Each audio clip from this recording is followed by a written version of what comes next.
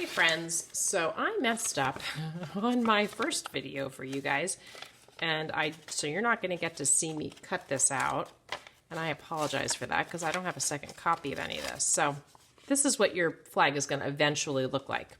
You're going to take the papers that we gave you. We gave you one white piece of paper that has a box on the top, and then it has black stripes, lines to show the stripes. You have a blue piece of paper that has this box in it with dots. So you're going to cut that out and you're going to glue it up to the left-hand side of that white paper. Then you have a red paper with all sorts of stripes. There's a smaller box here with stripes. Those stripes are the ones that go up here on the right side of the flag, up at the top, because they're shorter.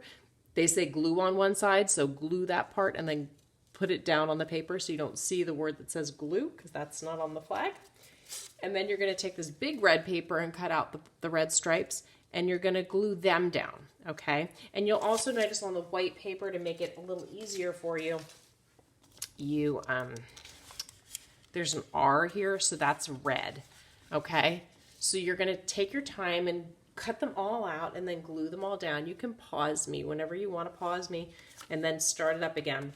After you have everything glued down, you're feeling really good about it, you can cut out the border, because you'll notice there's a big white border around it. The flag doesn't have a big white border like that, so you should cut it out. And let's see how many stripes we have. We have 1, 2, 3, 4, 5, 6, 7, 8, 9, 10, 11, 12, 13 stripes. That stands for the 13 colonies that we had in our country, and then the original 13 states. And what happened was, first we were colonies, and then we said we wanted to be separated from England. You can cut and glue while I'm telling you this story. So then we got our independence, and at first we didn't have a federal government. Each colony had their own little government, and we had something called the Articles of Confederation that just weren't very strong. It was kind of like a federal government, but it didn't really have too much power. And so what happened was there were issues, and it wasn't working well because there wasn't one big body telling everybody what to do for the most part. So that's when they came together and they decided to form the Constitution.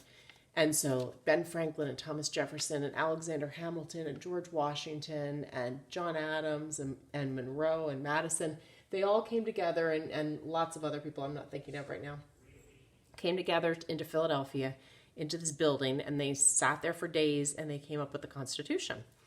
And so in the Constitution, then they figured out how they wanted the flag to be, and they came up with a whole federal government. And originally it was just 13 states. And then what happened was, over time, people started moving west because they wanted more land. They wanted to grow different kinds of crops. They were looking for gold. There were lots of reasons people went to the West. And when you get older, you'll learn about those too. There's the whole thing called the Oregon Trail, and this is why people went to find gold. And so anyway, so then we started getting more and more and more land. So then that's why we had more states. So for a really long time, we had 48 states. And then what happened was in the late 50s, I believe it was, we got Alaska and Hawaii, and they became our, sorry, you're probably hearing my husband, sorry guys, they became 2 more states, and so now we have 50 states, so that's why we have the 50 stars. And with the white, I'm sorry, I didn't have white paint at my house. I don't know if you do or not. You could use white crayon, or I use this white out tape stuff to put on top. If you don't have anything that you can put on the black dots, just leave them black. It's totally fine, but you'll know that they're the 50 stars for the 50 states.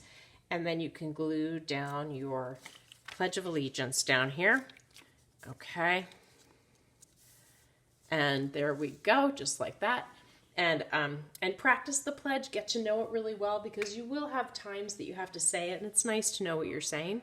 And be noting in particular this word indivisible. It is not invisible, it is indivisible, meaning the country can't be divided. We'll stick through thick and thin together, regardless of what happens. So that is what that word means, and it is not invisible, because that's always the tricky one in the pledge to say properly. All right, so I hope you're having a good day and you can practice your pledge, and maybe you even want to hang up your flag in your house. All right. Have a good one, guys. Bye.